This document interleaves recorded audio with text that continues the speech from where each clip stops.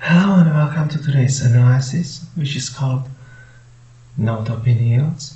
That's not a question, that's simply a statement. Because in spite of Friday's pullback, for example in the 10-year yield to 4.05%, it will return to rising. So let me help you for the coming days ahead. At least we will cover in today's presentation approximately the stock market path towards the inflation data late in the week. So let's start with the big picture and let's dive into it, what it means for the stock market and for risk taking in general. Non-farm payrolls Friday, well, they showed some cracks because the job creation was not that strong or below expectations. But again, for all the retreat in yields and optimism that seemed to prevail for the better part of Friday's session, this would not be enough for the Fed to stop being restrictive, because there is as well not just rising oil prices, which are up double digits over the latest month. That makes the calculation basis for the CPI. It's also about wage pressures that have not been really retreating, and frankly these reflect the still continuing belief in the soft landing, that the economy would be improving sharply from here. Well, you know already my opinion about that. You can scroll through the latest highlights, which covers and picks the most voluminous daily analysis that are discussing, for example, the recession timing and why I am steadfast that a recession is coming some month after September, and what's the path ahead for inflation and why. It will take time, of course, for oil prices and oil products prices, be it gasoline, be it diesel, to filter through to other categories.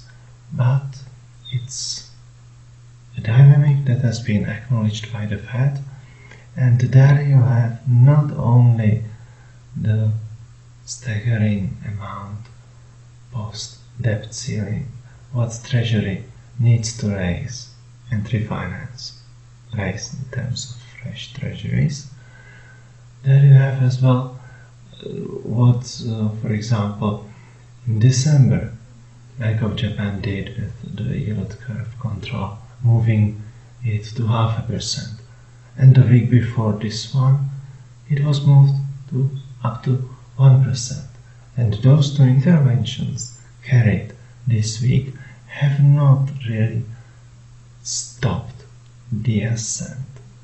So Bank of Japan would be tested at the 1% mark, and because Japanese government bonds serve as the worldwide bottom for yields, when this bottom is raised, it tends to put pressure on not just yen carry trades, but on overall rates across the board. And for now you still have, for example, mortgage rates surging to 7%, some areas probably over 7% already, and that prevents clearing the real estate market unless there is more supply coming to the market of existing homes. The equilibrium cannot be found in terms of prices when those wanting to move do move, because they stay put, because they have locked in rates when they were a couple of percentage points in the Corona era. So I've told already that the wage pressures are there, and oil prices don't bode well for, let's say, Thursday's CPI, which I will discuss more than Friday's PPI, but they would be both telling the same story. And it's that the CPI, when you look at 1 year into the past, the month of July was neutral, 0%. And now we will substitute it with 0.3, maybe even 0.4% increase in inflation, which would result in 3.3 at the very least year on year, which is not exactly disinflation. Sure, markets officially expect that, but I gather that this is not the fuel to run on with risk-taking. But the key point is that the hope in improving economic results, that the worst is over, this soft landing, this no recession is still there. And unless it is broken, it can't usher a meaningful decline in the stock market.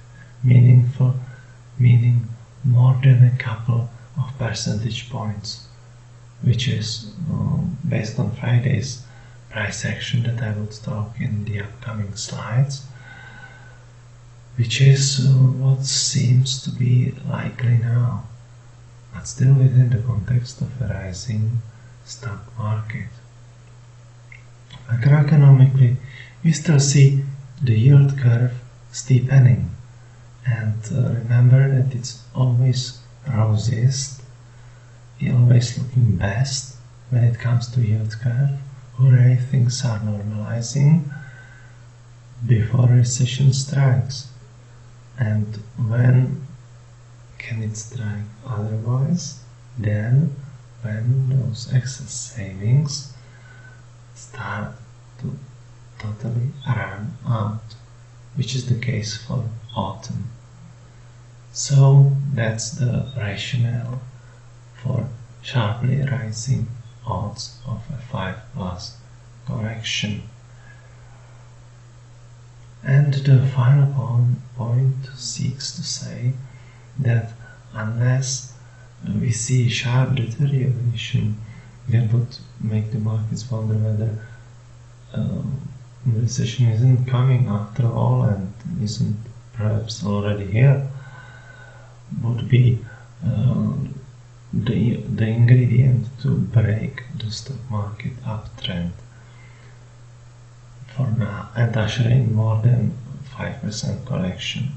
To be clear what I mean by saying that it breaks the uptrend. It would bring in those voices of Fed over-tightened, they did too much, and that would be a characteristic sign of more troubles hitting real economy and dialing back the totally unreasonable earnings growth as of fourth quarter, let alone all 4 quarters for the coming year. This is way too optimistic and needs to be checked against upcoming reality when we are going to have a maybe brief but relatively sharp, because it will be a really surprising recession. Remember last year and towards the autumn, too many market players were afraid of a recession following the first 2 negative quarters. But what we have now is a completely different situation. No one is afraid of recession, and Not that's why it would come, but it would come because so many other factors, from LDIs to the yield curve inversion, to the tightened bank lending standards, to tax receipts down, to you name it, go through the latest highlights where I had written extensively about why a recession is coming, and the only question mark is the timing. So let's move into the daily stocks chart. Friday was shaping up to be really good, but 4560 was rejected. Stocks didn't make it to the key zone of 4585 at least, which is quite distant now because Friday's volume was reasonably good. But the more worrying sign than the volume itself was that no bid practically appeared for 2 long hours, and all the sectors, including the best leaders of Friday, such as energy or discretionaries, were beaten back. And that's not a good setup when yields don't move higher and only the dollar moves a bit up. So maybe this rising wedge wants to get broken, and we are having a confirmed break now, and that would mean some time to be spent within the downtrend still.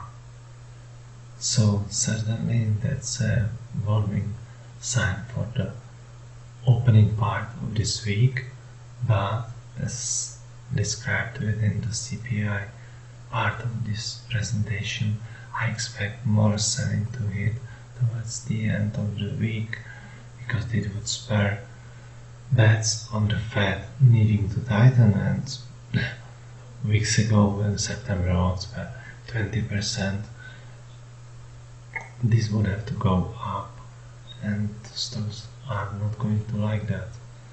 Tech is not going to like that. And one more chart concerning volatility.